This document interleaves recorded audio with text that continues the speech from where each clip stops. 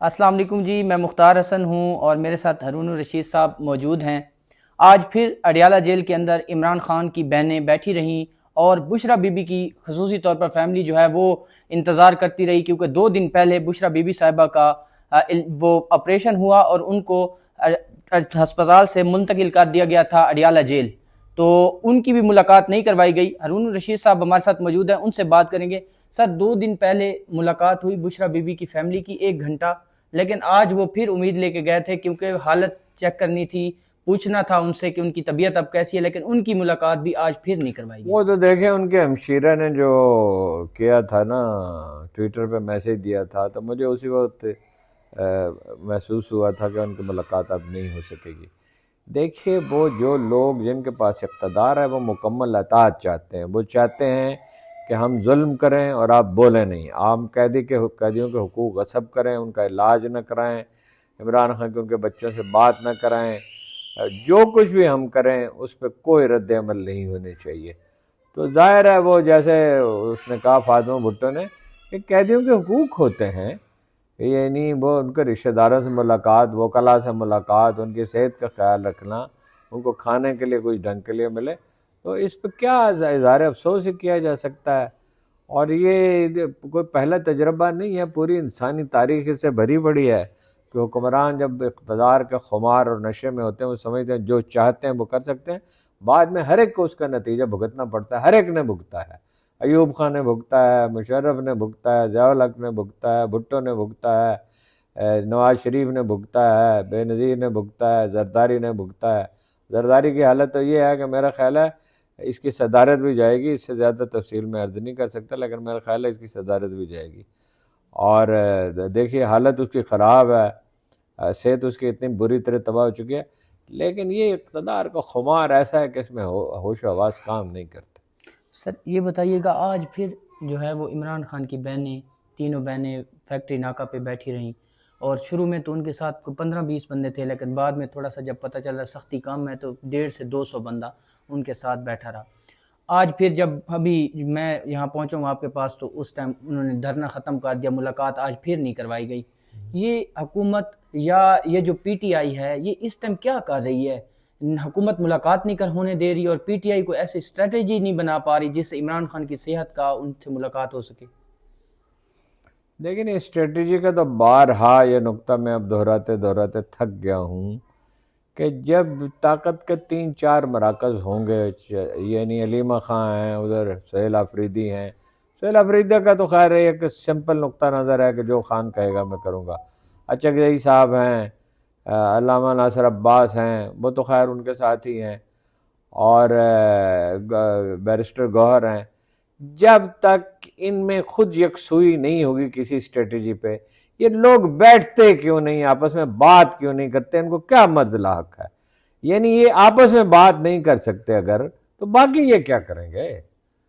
تو ویسے تو مردان کے جلسے کی وجہ سے بھی میرا خیال حاضری کم تھی، لوگ تھکے ہوئے تھے، لیکن امیدوار تو آ ہی سکتے تھے، اور ارکان اسمبلی اور سینیٹر تو جو ان میں سے آنا چاہتے تھے وہ آ گئے، اور بہرحال انہیں آنا چاہیے۔ دیکھیے، فرض کیجئے کسی نقطہ نظر کا اختلاف بھی ہوتا ہے، فرض کیجئے بدگمانی بھی ہو، لیکن وہ عمران خان کی رہائی پہ تو کوئی متنازع ایشو نہیں ہے، بالکل۔ تو ارکان اسمبلی کو جانا چاہیے، لیڈروں کو جانا چاہیے، اچکزئی صاحب کو بھی جانا چاہیے، علامہ صاحب کو بھی اگر ممکن ہو جانا چاہیے، کوئی مجبوری اگر نہ ہو، اور سہیل آفریدی کے لیے البتہ مشکل ہے، اسے صوبائی حکومت بھی چلانی ہے، موبلائزیشن بھی کرنی ہے، لوگوں کو جانا چاہیے۔ یہ تو مطلب اگر اس طرح کی صورتحال پیدا ہوگی تو پارٹی میں مایوسی پھیلے گی، کارکن رد عمل ظاہر کریں، لیڈروں کا اعتماد ختم ہو جائے گا اور پارٹی کو نقصان پہنچے گا۔ یعنی ایک عجیب پارٹی ہے، ایک طرف تو اسے 70-80% لوگوں کی کم از کم حمایت حاصل ہے، بالکل 20 جولائی 2022 کے الیکشن میں ظاہر ہو گیا تھا، بالکل اور دوسری طرف حکمت عملی نام کی کوئی چیز نہیں ہے۔ اور وہ میں ہمیشہ عرض کرتا ہوں کہ 2 اس کی وجوہات ہیں، ایک تنظیم پہ کبھی توجہ نہیں دی گئی، دوسری بات یہ ہے کہ خان صاحب جو ہیں، جن لوگوں کا انہوں نے انتخاب کیا، وہ اپنا ایسے لوگوں کا انتخاب کیا۔ میں نے آخری ملاقات میں ان سے کہا تھا، باتوں کا بار بار دہرانا اچھا نہیں لگتا، کہ جی آپ لوگوں کا انتخاب کرتے ہوئے احتیاط نہیں برتتے۔ تو سر یہ بتائیے گا، آج بیرسٹر گوہر علی خان صاحب نے کہا ہے کہ ان پھر کی جب سوشل سبھا، میڈیا ایک پرابلم بن گیا ہے۔ بالکل بھائی اگر تو کوئی بے وفائی کرتا ہے، اگر کوئی کمپرومائز کرتا ہے، دانستہ نقصان پہنچاتا ہے، اس سے تو آپ لڑیں جھگڑیں، اس پہ تنقید کریں، لیکن بغیر سوچے سمجھے ہر آدمی افلاطون بنا ہوا ہے اور وہ ہر کوئی اپنا جو ہے وہ ڈکٹیٹ کرنے کی کوشش کر رہا ہے، ایک ہڑبونک ہے۔ دیکھیے 50,000 فوج تھی اس کی سراج الدولہ کی، جی اور انگریزوں کی فوج تھی 3,000، اور انگریز جیت گئے ہڑبونک کی وجہ سے، بری حکمت عملی کی وجہ سے، تنخواہیں نہیں دی گئی تھی فوج کو۔ اکثریت کی بڑی اہمیت ہے، اور اصول یہ ہے تاریخ میں، پولیٹیکل سائنس میں یہ پڑھایا جاتا ہے کہ اقلیت اکثریت پہ تادیر حکومت نہیں کرتی، لیکن حکمت بھی، دانائی بھی کوئی چیز ہے کہ نہیں ہے۔ بالکل جذبات بہت ہیں پی ٹی آئی میں، جوش و جذبہ بڑا ہے، جو بڑی اچھی بات ہے، اور لیکن توجہ کتھارسس پہ ہے، بغیر سوچے سمجھے رائے دیتے ہیں، اور یہ نہیں دیکھتے اس کے نتائج کیا ہوں گے۔ نتائج کیا ہوں۔ سر آج بیرسٹر گوہر علی خان سے سوال کیا گیا کہ محمود جب ایک بڑا مقصد سامنے ہوتا ہے تو اپنی ذات کو نظر انداز کرنا چاہیے۔ محمود خان اچکزئی صاحب سے آج سوال ہوا بیرسٹر گوہر علی خان سے کہ آپ نے ان کو راضی کیوں نہیں محمود کیا؟ اچکزئی سے یا بیرسٹر گوہر علی خان سے آج راولپنڈی میں سوال ہوا کہ محمود خان اچکزئی صاحب جلسے میں نہیں آئے، تو آپ نے ان کو جلسے میں آنے کی دعوت نہیں دی یا کیا ایسی چیزیں؟ تو انہوں نے اس پر یہ کہا کہ ہم ان کو راضی کر لیں گے۔ تو ان کو راضی تو جلسے سے پہلے کرنا چاہیے تھا نا۔ ہاں ظاہر ہے ان کو مدعو کرنا چاہیے تھا۔ جب سہیل آفریدی خود کہتے ہیں کہ اچکزئی صاحب سے مشورہ کرو، تو ان کو راضی کر لیں گے کا کیا مطلب ہے؟ یہ تو کہ اس مطلب میں بھی سمجھ میں نہیں آیا۔ ان کو جلسے میں انہیں بھی مدعو کرنا چاہیے تھا، جیسے بیرسٹر صاحب کو مدعو کیا، علامہ صاحب کو مدعو کرنا چاہیے تھا، علیمہ خان کو مدعو کرنا چاہیے تھا۔ رائے تو نہیں، اور اس جلسے سے پہلے ان سب لوگوں کو 1 گھنٹے کے لیے باہم بیٹھنا چاہیے تھا اور چیزیں طے کرنی چاہیے۔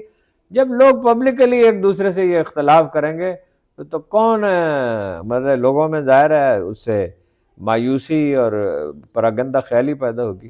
جی سر، امریکہ اور ایران کی جو جنگ ہے اس وقت وہ دوبارہ شروع ہونے جا رہی ہے، اور ایران نے کہا ہے واضح طور پہ کہ اب ہم پاکستان میں مذاکرات کے لیے نہیں آئیں گے، لیکن پاکستانی جو حکام ہیں وہ ٹارگٹ کر رہے ہیں ایرانیوں کو کہ ان کی وجہ سے یہ سب کچھ نہیں، وہ تو صرف اللہ تعالیٰ نے کہا، اور وہ کم عقل آدمی ہے، ہو سکتا ہے اس کی ذاتی غلطی ہو۔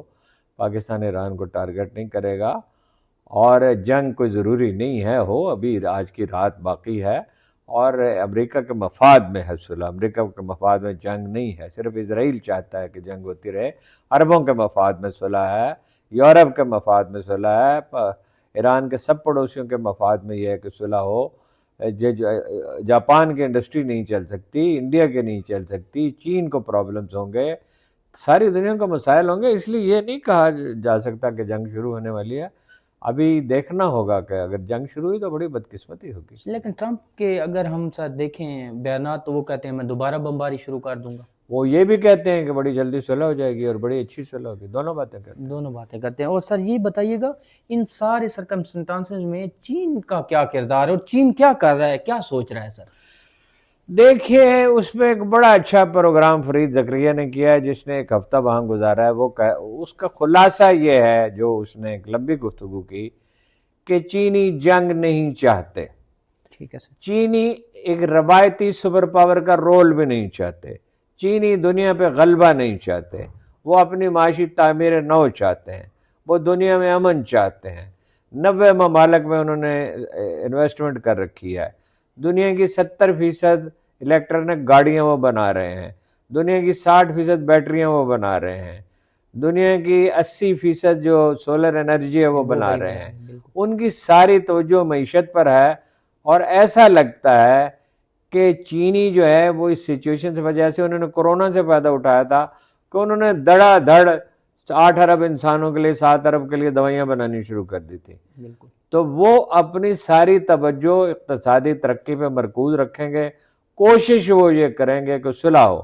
اور ڈونلڈ ٹرمپ کو چین جانا ہے، اور جانے سے پہلے یہ ایک فیکٹر ہے جو مثبت طور پہ اثر انداز ہو سکتا ہے، کہ چینیوں کا میسج ان کے لیے یہ ہے کہ یہ مسئلے کو سلجھانے کے بعد تشریف لائیں۔ چین کے دنیا کے معیشت باہم جڑی ہوئی، خاص طور سے امریکہ اور چین کی معیشت جو ہے اس کا ایک دوسرے پہ انحصار ہے۔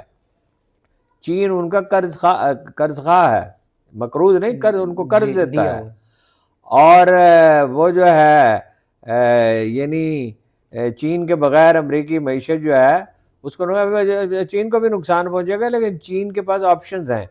پھر ان کو ریئر ارتھ منرلز یعنی قیمتی معدنیات چاہیے، جن کے بغیر نہ انڈسٹری چل سکتی ہے، نہ کاریں بن سکتی ہیں، نہ یہ کمپیوٹر بن سکتے ہیں، نہ موبائل بن سکتے ہیں، نہ جنگی جہاز بن سکتے ہیں. بالکل. تو یہ امید رکھنی چاہیے کہ کچھ بہتری کی صورت ہو جائے گی. بہرحال چینیوں کا فوکس جو ہے وہ اس پر ہے کہ امن ہو اور ان کی ترجیح ان کی معاشی ترقی ہو، اور وہ ایک روایتی سپر پاور کا رول نہیں پلے کرنا چاہتے. جی سر، لبنان میں ایک مجسمہ توڑا گیا، وہ ایک شخص کی طرف سے، اس پر ایک شخص کی طرف نہیں، اسرائیلی فوجی کی طرف سے، اسرائیلی فوجی کی طرف سے، تو اس پر بڑا شدید رد عمل آیا. ظاہر ہے جس طرح پوپ پہ نکتہ چینی کی تو اس کا کیتھولک آبادی میں بہت رد عمل ہوا، اس پہ رد عمل ہوگا.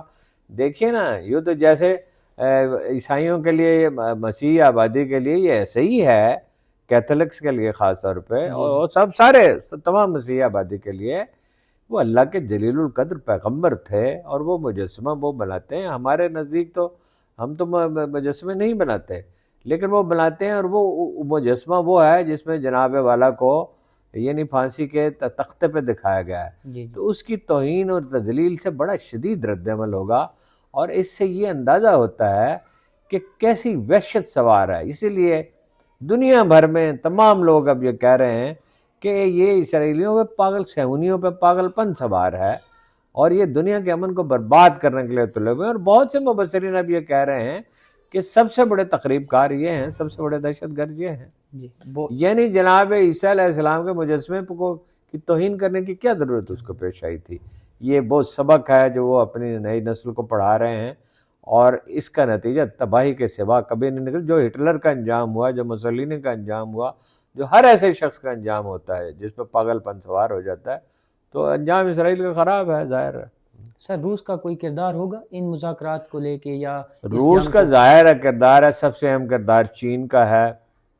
ایرانی جو ہیں چینی مشورے کے بغیر کوئی فیصلہ نہیں کر رہے ہیں، اور روس کا بھی کردار ہے. روس جو ہے وہ ایرانیوں کو مسلسل کہہ رہا ہے کہ یہ حملہ کرنا چاہتے ہیں، آپ لوگوں کو محتاط رہنا چاہیے، ان پہ اعتبار نہیں کرنا چاہیے. وہ تو چینی تو خاموشی سے میسیج دیتے ہیں، روسی تو الہ اعلان، پیوٹن تو الہ اعلان کہہ رہا ہے. جی بہت شکریہ. ہارون رشید صاحب ہمارے ساتھ موجود تھے. جو بھی نئی اپڈیٹ ہوگی آپ لوگوں کے ساتھ شیئر کریں گے.